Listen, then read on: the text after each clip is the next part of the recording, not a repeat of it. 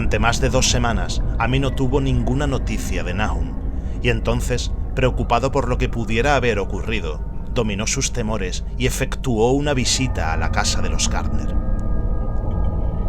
De la chimenea no salía humo, y por unos instantes el visitante temió lo peor. El aspecto de la granja era impresionante. Hierba y hojas grisáceas en el suelo, parras cayéndose a pedazos de arcaicas paredes y aleros, y enormes árboles desnudos silueteándose malignamente contra el gris cielo de noviembre. Ami no pudo dejar de notar que se había producido un sutil cambio en la inclinación de las ramas. Pero Nahum estaba vivo después de todo, estaba muy débil y reposaba en un catre en la cocina de techo bajo, pero conservaba la lucidez y seguía dando órdenes a Zenas.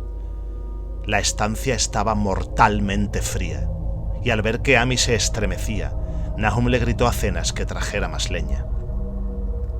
La leña en realidad era muy necesaria, ya que el cavernoso hogar estaba apagado y vacío, y el viento que se filtraba chimenea abajo era helado. De pronto, Nahum le preguntó si la leña que había traído su hijo le hacía sentirse más cómodo, y entonces Ami se dio cuenta de lo que había ocurrido. Finalmente, la mente del granjero había dejado de resistir a la intensa presión de los acontecimientos. Interrogado discretamente a su vecino, Ami no consiguió poner en claro lo que le había sucedido a Zenas. En el pozo, vive en el pozo, fue todo lo que su padre dijo. Luego el visitante recordó súbitamente a la esposa loca y cambió de tema. «Navi está aquí, desde luego», fue la sorprendida respuesta del pobre Nahum, y Ami no tardó en darse cuenta de que tendría que investigar por sí mismo. Dejando al inofensivo granjero en su catre, cogió las llaves que estaban colgadas detrás de la puerta y subió los chirriantes escalones que conducían al ático. La parte alta de la casa estaba completamente silenciosa y no se oía el menor ruido en ninguna dirección. De las 4 puertas a la vista, solo una estaba cerrada, y en ella probó Ami varias llaves del manojo que había cogido. A la tercera tentativa, la cerradura giró y Ami empujó la puerta pintada de blanco. El interior de la habitación estaba completamente a oscuras, ya que la ventana era muy pequeña y estaba medio tapada por las rejas de hierro. Ami no pudo ver absolutamente nada. El aire estaba muy viciado, y antes de seguir adelante tuvo que entrar en otra habitación y llenarse los pulmones de aire respirable.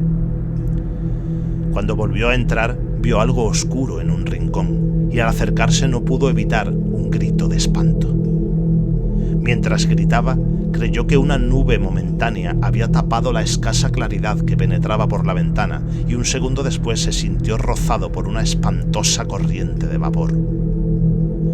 Unos extraños colores danzaron ante sus ojos, y si el horror que experimentaba en aquellos momentos no le hubiera impedido coordinar sus ideas, hubiera recordado el glóbulo que el martillo del geólogo había aplastado en el interior del meteorito y la malsana vegetación que había crecido durante la primavera.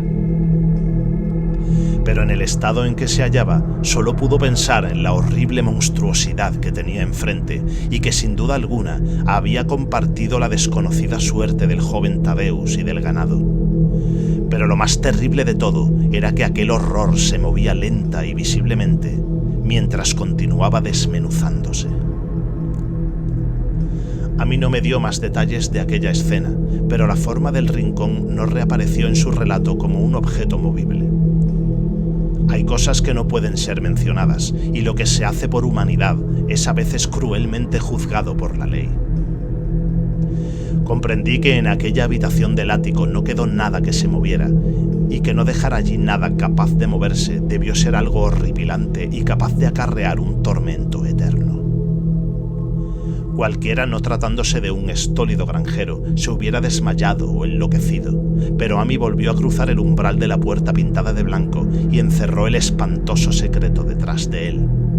Ahora debía ocuparse de Nahum. Este tenía que ser alimentado y atendido y trasladado a algún lugar donde pudieran cuidarle. Cuando empezaba a bajar la oscura escalera, Amy oyó un estrépito debajo de él. Incluso le pareció haber oído un grito y recordó nerviosamente la corriente de vapor que le había rozado mientras se hallaba en la habitación del ático. Oprimido por un vago temor, oyó más ruidos debajo suyo. Indudablemente estaban arrastrando algo pesado y al mismo tiempo se oía un sonido todavía más desagradable, como el que produciría una fuerte succión. Sintiendo aumentar su terror, pensó en lo que había visto en el ático. ¡Santo cielo! ¿En qué fantástico mundo de pesadilla había penetrado? No se atrevió a avanzar ni a retroceder y permaneció inmóvil temblando en la negra curva del rellano de la escalera. Cada detalle de la escena estallaba de nuevo en su cerebro. De repente se oyó un frenético relincho proferido por el caballo de Amy, seguido inmediatamente por un ruido de cascos que hablaba de una precipitada fuga. Al cabo de un instante, caballo y calesa estaban fuera del alcance del oído, dejando al asustado Amy inmóvil en la oscura escalera, la tarea de conjeturar qué podía haberles impulsado a desaparecer tan repentinamente. Pero aquello no fue todo. Se produjo otro ruido fuera de la casa, una especie de chapoteo en el agua. Debió de haber sido en el pozo. Amy había dejado el caballo desatado cerca del pozo y algún animalito debió meterse entre sus patas, asustándolo y dejándose caer después en el pozo. Y la casa seguía brillando con una pálida fosforescencia. Dios mío, qué antigua era la casa. La mayor parte de ella edificada antes de 1670 y el tejado holandés más tarde de 1730. En aquel momento se oyó el ruido de algo que se arrastraba por el suelo de la planta baja y Amy aferró con fuerza el palo que había cogido en el ático sin ningún propósito determinado. Procurando dominar sus nervios, terminó su descenso y se dirigió a la cocina, pero no llegó a ella, ya que lo que buscaba no estaba ya allí. Había salido a su encuentro y hasta cierto punto estaba aún vivo.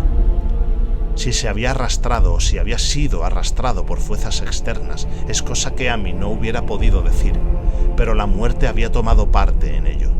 Todo había ocurrido durante la última media hora, pero el proceso de desintegración estaba ya muy avanzado. Había allí una horrible fragilidad, debida a lo quebradizo de la materia, y del cuerpo se desprendían fragmentos secos. Amy no pudo tocarlo, limitándose a contemplar horrorizado la retorcida caricatura de lo que había sido un rostro. «¿Qué ha pasado, Nao? ¿Qué ha pasado?», susurró, y los agrietados y tumefactos labios apenas pudieron murmurar una respuesta final.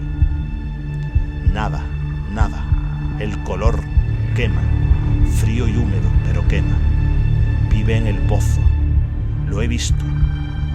Una especie de humo, igual que las flores de la pasada primavera. El pozo brilla por la noche. Se llevó a Tad y a Merwin y a Cenas. Todas las cosas vivas. Sorbe la vida de todas las cosas. En aquella piedra tuvo que llegar, en aquella piedra. La aplastaron. Era el mismo color, el mismo, como las flores y las plantas. Tiene que haber más, crecieron. Lo he visto esta semana. Tuvo que darle fuerte a Cenas. Era un chico fuerte, lleno de vida. Le golpea a uno la mente y luego se apodera de él. Quema mucho, en el agua del pozo. No pueden sacarle de allí, ahogarle. Se ha llevado también a Cenas. Tenías razón, el agua está embrujada. Mi cabeza no funciona, no sé cuánto hace que no le he subido comida. La cosa atacó también a ella, el color, su rostro tiene el mismo color por las noches, y el color quema y sorbe, procede de algún lugar donde las cosas no son como aquí. Uno de los profesores lo dijo, tenía razón, mira, Amy, está sorbiendo mi vida. Pero eso fue todo. La cosa que había hablado no podía hablar más porque se había encogido completamente. Amy lo cubrió con un mantel a cuadros blancos y rojos y salió de la casa por la puerta trasera. Trepó por la ladera que conducía a las tierras altas y regresó a su hogar por el camino del norte y los bosques. No pudo pasar junto al pozo desde el cual había huido su caballo. Miró hacia el pozo a través de una ventana y recordó el chapoteo que había oído. el chapoteo de algo que se había sumergido en el pozo después de lo que había hecho con el desdichado Nahum. Cuando Amy llegó a su casa se encontró con que el caballo y la calesa le habían precedido. Su esposa le aguardaba llena de ansiedad. Después de tranquilizarla, sin darle ninguna explicación, se dirigió a Arkham y notificó a las autoridades que la familia Gardner ya no existía. No entró en detalles, limitándose a hablar de las muertes de Nahum y de Navi. La de Thaddeus era ya conocida, y dijo que la causa de la muerte parecía ser la misma extraña dolencia que había atacado al ganado. También dijo que Merwin y Zenas habían desaparecido. En la jefatura de policía le interrogaron ampliamente y al final se vio obligado a acompañar a 3 agentes a la granja de Gardner, juntamente con el coronel, el médico forense y el veterinario que había atendido a los animales enfermos. Amy fue con ellos de muy mala gana, ya que la tarde estaba muy avanzada y temía que la noche le cogiera en aquel lugar maldito, aunque era un consuelo saber que iba a estar acompañado de tantos hombres. Los 6 hombres montaron en un carro, siguiendo a la calesa de Amy, y llegaron a la granja alrededor de las 4. A pesar de que los agentes estaban acostumbrados a presenciar espectáculos horripilantes, todos se estremecieron a la vista de lo que fue encontrado debajo del mantel a cuadros rojos y blancos y en la habitación del ático. El aspecto de la granja, con su desolación gris, era ya bastante terrible, pero aquellos 2 retorcidos objetos sobrepasaban toda medida de horror. Nadie pudo contemplarlos más allá de un par de segundos, e incluso el médico forense admitió que allí había muy poco que examinar. Podían analizarse unas muestras, desde luego, de modo que él mismo se encargó de agenciárselas, y al parecer aquellas muestras provocaron el más inextricable rompecabezas con que se enfrentara nunca el laboratorio de la universidad. Bajo el espectroscopio, las muestras revelaron un espectro desconocido, muchas de cuyas bandas eran iguales que las que había revelado el extraño meteoro al ser analizado. La propiedad de emitir aquel espectro se desvaneció en un mes y el polvo consistía principalmente en fosfatos y carbonatos alcalinos. A mí no les hubiera hablado del pozo, de haber sabido que iban a actuar inmediatamente. Se acercaba la puesta de sol y estaba ansioso por marcharse de allí, pero no pudo evitar el dirigir miradas nerviosas al pozo, cosa que fue observada por uno de los policías, el cual le interrogó. Amy admitió que Nahum había temido a algo que estaba escondido en el pozo, hasta el punto de que no se había atrevido a comprobar si Merwin o Zenas se habían caído dentro. La policía decidió vaciar el pozo y explorarlo inmediatamente, de modo que Amy tuvo que esperar temblando, mientras el pozo era vaciado cubo a cubo. El agua hedía de un modo insoportable, y los hombres tuvieron que taparse las narices con sus pañuelos para poder terminar la tarea. Menos mal que el trabajo no fue tan largo como habían creído, ya que el nivel del agua era sorprendentemente bajo. No es necesario hablar con demasiados detalles de lo que encontraron. Merwin y Zenas estaban allí los 2, aunque sus restos eran principalmente esqueléticos. Había también un pequeño cordero y un perro grande en el mismo estado de descomposición, aproximadamente, y cierta cantidad de huesos de animales más pequeños. El limo del fondo parecía inexplicablemente poroso y burbujeante, y un hombre que bajó atado a una cuerda y provisto de una larga pértiga se encontró con que podía hundir la pértiga en el fango en toda su longitud sin encontrar ningún obstáculo. La noche se estaba echando encima y entraron en la casa en busca de faroles. Luego, cuando vieron que no podían sacar más nada del pozo, volvieron a entrar en la casa y conferenciaron en la antigua sala de estar mientras la intermitente claridad de una espectral media luna iluminaba a intervalos la gris desolación del exterior. Los hombres estaban francamente perplejos ante aquel caso y no podían encontrar ningún elemento convincente que relacionara las extrañas condiciones de los vegetales, la desconocida enfermedad del ganado y de las personas y las inexplicables muertes de Merwin y Zenas en el pozo. Habían oído los comentarios y las habladurías de la gente, desde luego, pero no podían creer que hubiese ocurrido algo contrario a las leyes naturales. Era evidente que el meteoro había emponzoñado el suelo, pero la enfermedad de personas y animales que no habían comido nada crecido en aquel suelo era harina de otro costal. ¿Se trataba del agua del pozo? Posiblemente. No sería mala idea analizarla. Pero, ¿por qué singular locura se habían arrojado los dos muchachos al pozo? Habían actuado de un modo muy similar, y sus restos demostraban que los dos habían padecido a causa de la muerte quebradiza y gris. ¿Por qué todas las cosas se volvían grises y quebradizas? El juez, sentado junto a una ventana que daba al patio, fue el primero en darse cuenta de la fosforescencia que había alrededor del pozo. La noche había caído del todo, y los terrenos que rodeaban la granja parecían brillar débilmente con una luminosidad que no era la de los rayos de la luna. Pero aquella nueva fosforescencia era algo definido y distinto, y parecía surgir del negro agujero como la claridad apagada de un faro, reflejándose amortiguadamente en las pequeñas charcas que el agua vaciada del pozo había formado en el suelo. La fosforescencia tenía un color muy raro, y mientras todos los hombres se acercaban a la ventana para contemplar el fenómeno, Amy lanzó una violenta exclamación. El color de aquella fantasmal fosforescencia le resultaba familiar. Lo había visto antes y se sintió lleno de temor ante lo que podía significar. Lo había visto en aquel horrendo glóbulo quebradizo hacía 2 veranos, lo había visto en la vegetación durante la primavera y había creído verlo por un instante aquella misma mañana contra la pequeña ventana enrejada de la horrible habitación del ático donde habían ocurrido cosas que no tenían explicación. Nunca había brillado allí por espacio de un segundo y una espantosa corriente de vapor le había rozado. Y luego el pobre Nahum había sido arrastrado por algo de aquel color. Nahum lo había dicho al final, había dicho que era como el glóbulo y las plantas. Después se había producido la fuga en el patio y el chapoteo en el pozo, y ahora aquel pozo estaba proyectando a la noche un pálido e insidioso reflejo del mismo diabólico color. Una prueba fehaciente de la viveza mental de Amy es que en aquel momento de suprema tensión se sintió intrigado por algo que era fundamentalmente científico.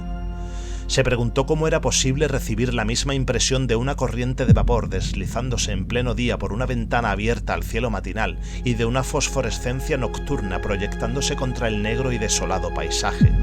No era lógico, resultaba antinatural, y entonces recordó las últimas palabras pronunciadas por su desdichado amigo. «Procede de algún lugar donde las cosas no son como aquí», uno de los profesores lo dijo.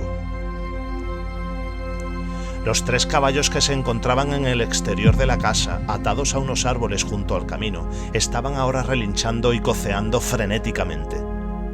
El conductor del carro se dirigió hacia la puerta para ver qué sucedía, pero Amy apoyó una mano en su hombro. «No salga usted», susurró. No sabemos lo que sucede ahí fuera. Nahum dijo que el pozo vivía algo que sorbía la vida.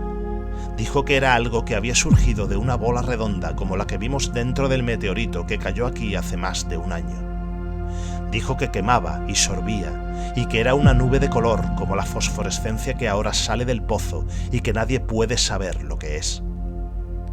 Nahum creía que se alimentaba de todo lo viviente y afirmó que lo había visto la pasada semana. Tiene que ser algo caído del cielo, igual que el meteorito, tal como dijeron los profesores de la universidad. Su forma y sus actos no tienen nada que ver con el mundo de Dios. Es algo que procede del más allá.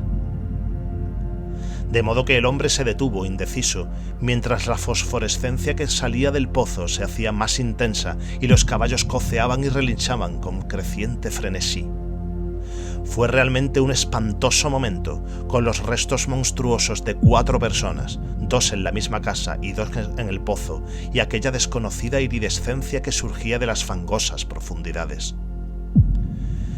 Amy había cerrado el paso al conductor del carro llevado por un repentino impulso, olvidando que a él mismo no le había sucedido nada después de ser rozado por aquella horrible columna de vapor en la habitación del ático, pero no se arrepentía de haberlo hecho. Nadie podía saber lo que había aquella noche en el exterior. Nadie podía conocer la índole de los peligros que podían acechar a un hombre enfrentado con una amenaza completamente desconocida. De repente, uno de los policías que estaba en la ventana profirió una exclamación. Los demás se le quedaron mirando y luego siguieron la dirección de los ojos de su compañero. No había necesidad de palabras. Lo que había de discutible en las habladurías de los campesinos ya no podría ser discutido en adelante, porque allí había 6 testigos de excepción, media docena de hombres que por la índole de sus profesiones no creían más que lo que veían con sus propios ojos. Ante todo es necesario dejar sentado que a aquella hora de la noche no soplaba viento alguno. Poco después empezó a soplar, pero en aquel momento el aire estaba completamente inmóvil. Y sin embargo, en medio de aquella tensa y absoluta calma, los árboles del patio estaban moviéndose. Se movían morbosa y espasmódicamente, agitando sus desnudas ramas en convulsivas y epilépticas sacudidas hacia las nubes bañadas por la luz de la luna, arañando con impotencia el aire inmóvil, como empujados por una misteriosa fuerza subterránea que ascendiera desde debajo de las negras raíces. Por espacio de unos segundos, todos los hombres reunidos en la granja de Gardner contuvieron el aliento. Luego, una nube más oscura que las demás veló la luna, y la silueta de las agitadas ramas se disipó momentáneamente. En aquel instante, un grito de espanto se escapó de todas las gargantas, ya que el horror no se había desvanecido con la silueta, y en un pavoroso momento de oscuridad más profunda, los hombres vieron retorcerse en la copa del más alto de los árboles 1 millar de diminutos puntos fosforescentes, brillando como el fuego de San Telmo o como las lenguas de fuego que descendieron sobre las cabezas de los apóstoles el día de Pentecostés. Era una monstruosa constelación de luces sobrenaturales, como un enjambre de luciérnagas necrófagas bailando una infernal zarabanda sobre una ciénaga maldita, y su color era el mismo que Amy había llegado a reconocer y a temer. Entretanto, la fosforescencia del pozo se hacía cada vez más brillante, infundiendo en los hombres reunidos en la granja una sensación de anormalidad que anulaba cualquier imagen que sus mentes conscientes pudieran formar. Ya no brillaba, estaba vertiéndose hacia afuera, y mientras la informe corriente de indescriptible color abandonaba el pozo, parecía flotar directamente hacia el cielo. El veterinario se estremeció y se acercó a la puerta para echar la doble barra. Amy estaba también muy impresionado y tuvo que limitarse a señalar con la mano, por falta de voz, cuando quiso llamar la atención de los demás sobre la creciente luminosidad de los árboles. Los relinchos de los caballos se habían convertido en algo espantoso, pero ni uno de aquellos hombres se hubiese aventurado a salir por nada del mundo. El brillo de los árboles fue en aumento, mientras sus inquietas ramas parecían extenderse más y más hacia la verticalidad. De pronto se produjo una intensa conmoción en el camino, y cuando Amy alzó la lámpara para que proyectara un poco más de claridad al exterior, comprobaron que los frenéticos caballos habían roto sus ataduras y huían enloquecidos con el carro. La impresión sirvió para soltar varias lenguas y se intercambiaron inquietos susurros. «Se extiende sobre todas las cosas orgánicas que hay por aquí», murmuró el médico forense. Nadie contestó, pero el hombre que había bajado al pozo aventuró la opinión de que su pértiga debió de haber removido algo intangible. «Fue algo terrible», añadió. «No había fondo de ninguna clase, únicamente fango y burbujas y la sensación de algo oculto debajo». El caballo de Amy seguía coceando y relinchando desesperadamente en el camino exterior, y casi ahogó el débil sonido de la voz de su dueño mientras éste murmuraba sus desilvanadas reflexiones. Salió de aquella piedra, fue creciendo y alimentándose de todas las cosas vivas. Se alimentaba de ellas, alma y cuerpo. Tad y Merwin, Zenas y Navi, Nahum fue el último. Todos bebieron agua del... Se apoderó de ellos, llegó del más allá, donde las cosas no son como aquí, y ahora regresa al lugar de donde procede. En aquel momento, mientras la columna de desconocido color brillaba con repentina intensidad y empezaba a entrelazarse con fantásticas sugerencias de forma que cada uno de los espectadores describió más tarde de un modo distinto, el desdichado caballo profirió un aullido que ningún hombre había oído nunca salir de la garganta de un caballo. Todos los que estaban en la casa se taparon los oídos, y Amy se apartó de la ventana, horrorizado. Cuando miró de nuevo hacia el exterior, el pobre animal yacía inerte en el suelo, bañado por la luz de la luna entre las astilladas varas de la calesa, y allí se quedó hasta que lo enterraron al día siguiente. pero el momento presente no permitía entregarse a lamentaciones, ya que casi en el mismo instante uno de los policías les llamó silenciosamente la atención sobre algo terrible que estaba sucediendo en el interior de la habitación donde se encontraban. Donde no alcanzaba la claridad de la lámpara, podía verse una débil fosforescencia que había empezado a invadir toda la estancia. Brillaba en el suelo de tablas y en la raída alfombra y resplandecía débilmente en los marcos de las pequeñas ventanas. Corría de un lado para otro, llenando puertas y muebles.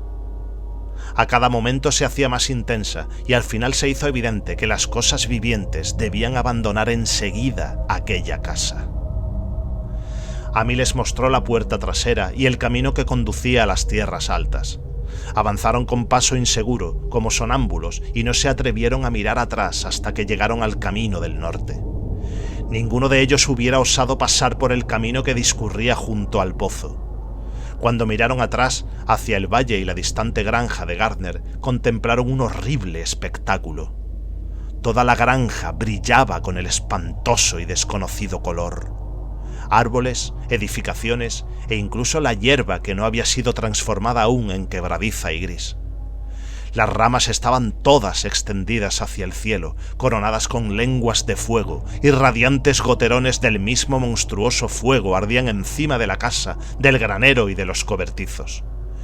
Era una escena de una visión de Fussell, y sobre todo el resto reinaba aquella borrachera de luminoso amorfismo, aquel extraño arco iris de misterio, veneno del pozo. Hirviendo, saltando, centelleando y burbujeando malignamente en su cósmico e irreconocible cromatismo. Luego, súbitamente, la horrible cosa salió disparada verticalmente hacia el cielo, como un cohete o un meteoro, sin dejar ningún rastro detrás de ella y desapareciendo a través de un redondo y curiosamente simétrico agujero abierto en las nubes, antes de que ninguno de los hombres pudiera expresar su asombro. Ningún espectador podría olvidar nunca aquel espectáculo, y a mí se quedó mirando estúpidamente el camino que había seguido el color hasta mezclarse con las estrellas de la Vía Láctea. Pero su mirada fue atraída inmediatamente hacia la tierra por el estrépito que acababa de producirse en el valle. Había sido un estrépito y no una explosión, como afirmaron algunos de los componentes del grupo. Pero el resultado fue el mismo, ya que en un caleidoscópico instante la granja y sus alrededores parecieron estallar, enviando hacia el cénit una nube de coloreados y fantásticos fragmentos. Los fragmentos se desvanecieron en el aire, dejando una nube de vapor que al cabo de un segundo se había desvanecido también. Los asombrados espectadores decidieron que no valía la pena esperar a que volvieran a salir la luna para comprobar los efectos de aquel cataclismo en la granja de Nahum. Demasiado asustados incluso para aventurar alguna teoría, los 7 hombres regresaron a Arkham por el camino del norte. A mí estaba peor que en sus compañeros y les suplicó que le acompañaran hasta su casa en vez de dirigirse directamente al pueblo. Por nada del mundo hubiera cruzado el bosque solo a aquella hora de la noche. Estaba más asustado que los demás porque había sufrido una impresión que los otros se habían ahorrado y se sentía oprimido por un temor que por espacio de muchos años no se atrevió a mencionar. Mientras el resto de los espectadores en aquella tempestuosa colina había vuelto estólidamente sus rostros al camino, a mí había mirado hacia atrás por un instante para contemplar el sombrío valle de desolación al que tantas veces había acudido. Y había visto algo que se alzaba débilmente para hundirse de nuevo en el lugar desde el cual el informe horror había salido disparado hacia el cielo. Era solamente un color, aunque no era ningún color de nuestra tierra ni de los cielos. Y porque Amy reconoció aquel color y supo que sus últimos y débiles restos debían seguir ocultos en el pozo, nunca ha estado completamente cuerdo desde entonces. Amy no se acercaría a aquel lugar por nada del mundo. Hace 44 años que sucedieron los hechos que acabo de narrar, pero Amy no ha vuelto a pisar aquellas tierras y le alegra saber que pronto quedarán enterradas debajo de las aguas. También a mí me alegra la idea, ya que no me gustó nada ver cómo cambiaba el color la luz del sol al reflejarse en aquel abandonado pozo. Espero que el agua será siempre muy profunda, pero aunque así sea, nunca la beberé. No creo que regrese a la región de Arkham. 3 de los hombres que habían estado con Amy volvieron al día siguiente para ver las ruinas a la luz del día, pero en realidad no había ruinas. Únicamente los ladrillos de la chimenea, las piedras de la bodega, algunos restos minerales y metálicos y el brocal de aquel nefando pozo. A excepción del caballo de Amy, que enterraron aquella misma mañana, y de la calesa, que no tardaron en devolver a su dueño, todas las cosas que habían tenido vida habían desaparecido. Solo quedaban 5 acres de desierto polvoriento y grisáceo, y desde entonces no ha crecido en aquellos terrenos ni una brizna de hierba. En la actualidad, aparece como una gran mancha comida por el ácido en medio de los bosques y campos, y los pocos que se han atrevido a acercarse por allí, a pesar de las leyendas campesinas, le han dado el nombre de Erial Maldito. Las leyendas campesinas son muy extrañas, y podrían ser incluso más extrañas si los hombres de la ciudad y los químicos universitarios tuvieran el interés suficiente para analizar el agua de aquel pozo olvidado o el polvo gris que ningún viento parece dispersar. Los botánicos podrían estudiar también la sorprendente flora que crece en los límites de aquellos terrenos, ya que de este modo podrían confirmar o refutar lo que dice la gente, que la zona emponzoñada está extendiéndose poco a poco, quizá 1 pulgada al año. La gente dice que el color de la hierba que crece en aquellos alrededores no es el que le corresponde y que los animales salvajes dejan extrañas huellas en la nieve cuando llega el invierno. La nieve no parece cuajar tanto en el Erial Maldito como en otros lugares. Los caballos, los pocos que quedan en esta época motorizada, se ponen nerviosos en el silencioso valle y los cazadores no pueden acercarse con sus perros a las inmediaciones del Erial Maldito. Dicen también que las influencias mentales son muy malas y que todos los que han tratado de establecerse allí, extranjeros en su inmensa mayoría, han tenido que marcharse acosados por extrañas fantasías y sueños. Ningún viajero ha dejado de experimentar una sensación de extrañeza en aquellas profundas hondonadas, y los artistas tiemblan mientras pintan unos bosques cuyo misterio es tanto de la mente como de la vista. Y yo mismo estoy sorprendido de la sensación que me produjo mi único paseo solitario por aquellos lugares antes de que Amy me contara su historia. No me pregunten mi opinión. No lo sé, eso es todo. La única persona que podía ser interrogada acerca de los extraños días es Amy, ya que la gente de Arkham no quiere hablar de este asunto y los 3 profesores que vieron el meteorito y su coloreado glóbulo están muertos. ¿Había otros glóbulos? Probablemente. Uno de ellos consiguió alimentarse y escapar, en tanto que otro no había podido alimentarse suficientemente y continuaba en el pozo. Los campesinos dicen que la zona emponzoñada se ensancha 1 pulgada cada año, de modo que tal vez existe algún tipo de crecimiento o de alimentación incluso ahora. Pero sea lo que haya allí, tiene que verse trabado por algo, ya que de no ser así se extendería rápidamente. ¿Está atado a las raíces de aquellos árboles que arañan el aire? Lo que es, solo Dios lo sabe. En términos de materia, supongo que la cosa que Amy describió puede ser llamada un gas, pero aquel gas obedecía a unas leyes que no son de nuestro cosmos. No era fruto de los planetas y soles que brillan en los telescopios y las placas fotográficas de nuestros observatorios. No era ningún soplo de los cielos, cuyos movimientos y dimensiones miden nuestros astrónomos o consideran demasiado vastos para ser medidos. No era más que un color surgido del espacio, un pavoroso mensajero de unos reinos del infinito situados más allá de la naturaleza que nosotros conocemos, de unos reinos cuya simple existencia aturde el cerebro, o las inmensas posibilidades extracósmicas que ofrece a nuestra imaginación. Dudo mucho de que Amy me mintiera de un modo consciente, y no creo que su historia sea el relato de una mente desquiciada, como supone la gente de la ciudad. Algo terrible llegó a las colinas y valles con aquel meteoro, y algo terrible, aunque ignoro en qué medida, sigue estando allí. Me alegra pensar que todos aquellos terrenos quedarán inundados por las aguas. Entretanto, espero que no le suceda nada a Amy. Vio tanto de la cosa, y su influencia era tan insidiosa. ¿Por qué no ha sido capaz de marcharse a vivir a otra parte? A mí es un anciano muy simpático y muy buena persona, y cuando la brigada de trabajadores empiece su tarea tengo que escribir al ingeniero jefe para que no le pierda de vista. Me disgustaría recordarle como una gris, retorcida y quebradiza monstruosidad de las que turban cada día más mi sueño.